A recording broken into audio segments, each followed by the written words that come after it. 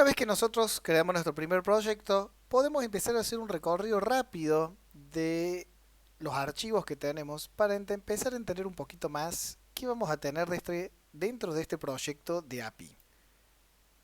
Entonces, en primer lugar, podemos observar que vamos a tener una carpeta muy importante donde vamos a tener los controladores. Y ustedes se dirán, bueno, bárbaro, pero ¿qué es un controlador o un controller, como bien dice acá? Un controller no es más ni menos que una clase o un conjunto de clases que coordinan la comunicación entre las peticiones que hace el cliente. Entonces acá tenemos que empezar a refrescar todos los conceptos que vamos a ir viendo a lo largo del teórico y los que quizás ya traen previamente antes del cursado de esta materia, en donde, como ya vimos y ya hablamos, dijimos que vamos a tener un cliente web. Ese cliente web, por lo general, puede ser una aplicación móvil, puede ser otro tipo de aplicación, una aplicación de escritorio, puede ser una página web, etcétera, etcétera, etcétera. Esas peticiones las van a hacer utilizando un verbo determinado, como ya estudiarán luego más adelante en los videos teóricos y seguramente leyendo por internet. Tenemos distintos tipos de peticiones HTTP que se pueden hacer a un servidor. Entre las peticiones más comunes tenemos la petición del tipo get, la petición del tipo post, del put, delete y existen otros verbos más que también son utilizados, pero esos cuatro son los más utilizados.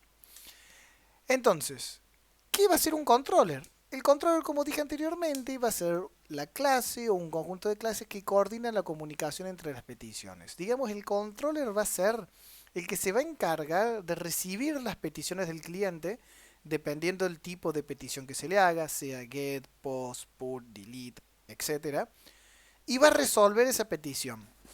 Por resolverlo significa que va a tener que realizar alguna acción y devolvérsela al cliente en forma de respuesta.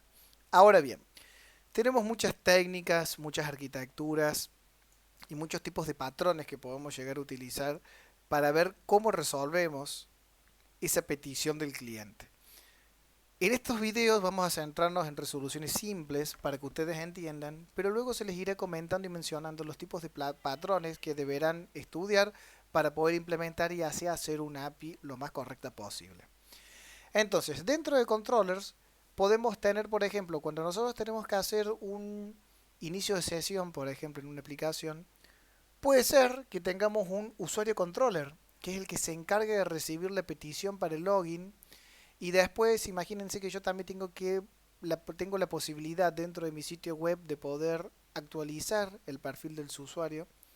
Entonces yo voy a tener también una petición para un update del perfil del usuario, que tranquilamente puede ser un método que vamos a tener dentro del controlador usuario. Y así para cada tipo de funcionalidad que queramos podemos tener distintos tipos de controller para tener una estructura y una separación de la lógica en distintos tipos de clases y archivos. Ya cuando empecemos a ponerlo en práctica se van a ir dando cuenta a qué nos estamos refiriendo y qué es lo que queremos mencionar con esto. Luego también tenemos la parte de dependencias. Esto es muy importante porque dentro de dependencias vamos a tener las referencias que podemos llegar a tener para otro proyecto, los analizadores, los marcos de trabajo y algo muy importante son los paquetes. Los paquetes son DLLs que nosotros vamos a instalar o referenciar en nuestro proyecto, los cuales nos van a proveer ciertas funcionalidades. Cuando nosotros hablamos de esto, es más o menos la misma lógica o la misma idea que hay cuando estábamos estudiando JavaScript y mencionamos que había librerías que nos podían resolver la vida en algunos aspectos y simplificarnos el trabajo, como era el caso de jQuery, como era el caso de tantas otras librerías que existen. Por lo tanto, no es necesario reinventar la rueda, sino que podemos reutilizar funcionalidad que haya sido desarrollada por un tercero y que ya está completamente probada y validada. Esa va a ser la idea de instalar paquetes. Ya veremos luego cómo, mediante el administrador de paquetes NuGet, que proporciona el Visual Studio, vamos a poder acceder a una especie de biblioteca donde vamos a buscar los paquetes que necesitamos y lo vamos a instalar de una forma muy simple. Después vamos a tener una cantidad de carpetas X que nosotros vamos a ir creando para poder ir mejorando la arquitectura de trabajo, de cómo estamos organizando nuestro proyecto. Luego vamos a tener un archivo de configuración que va a ser el famoso appsettings.json, el cual es un archivo que vamos a utilizar muchísimo.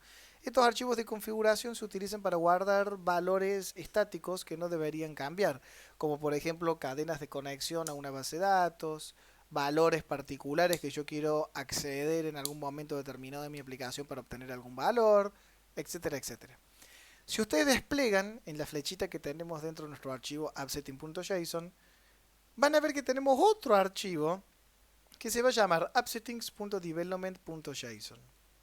Y quizás ya se están dando una idea de qué significa esto.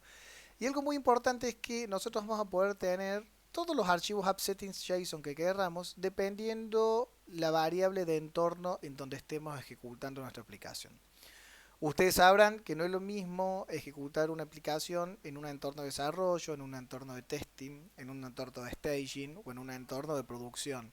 Por lo tanto, los valores pueden cambiar entre los distintos entornos. Por ejemplo, la cadena de conexión a la base de datos. Por lo general, en el mundo profesional, no es la misma base de datos la de producción que la del entorno de desarrollo, por cuestiones lógicas. En el entorno de desarrollo, el programador está modificando y actualizando constantemente las cosas, la estructura básicamente de la base de datos, el esquema, mientras que en una base de producción se modifica lo menos posible, ya que hay usuarios reales que están usando la aplicación. Por lo tanto, vamos a tener distintos tipos de offsetting JSON. Uno para desarrollo y otros para todos los entornos que podamos llegar a tener en el ciclo de vida de nuestra aplicación. En estas primeras instancias nosotros siempre vamos a centrarnos en el entorno de desarrollo, ya que este va a ser el entorno con el que vamos a estar probando nuestra aplicación cada vez que ejecutemos nuestra API. Luego tenemos un archivo muy importante que es el program CS, que este se va a encargar de generar un builder, el cual va a inyectar todos los servicios que va a utilizar nuestra aplicación y todas las cosas de tercero que necesitamos que se inicialicen al momento de ejecutar la aplicación. Una diferencia que hay con las versiones anteriores como Net Core 3.1 o el Net 5.0, que el program CS es como que estaba dividido en dos archivos, una startup CS y un program CS, en donde algunas cosas estaban en un archivo y algunas otras cosas estaban en otro archivo.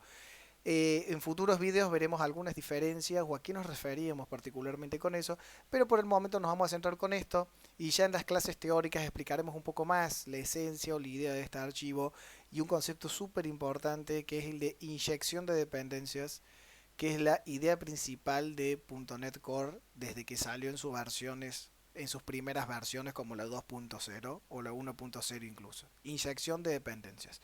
Todo eso lo vamos a hacer en esta versión 6.0 dentro de nuestro archivo program CS.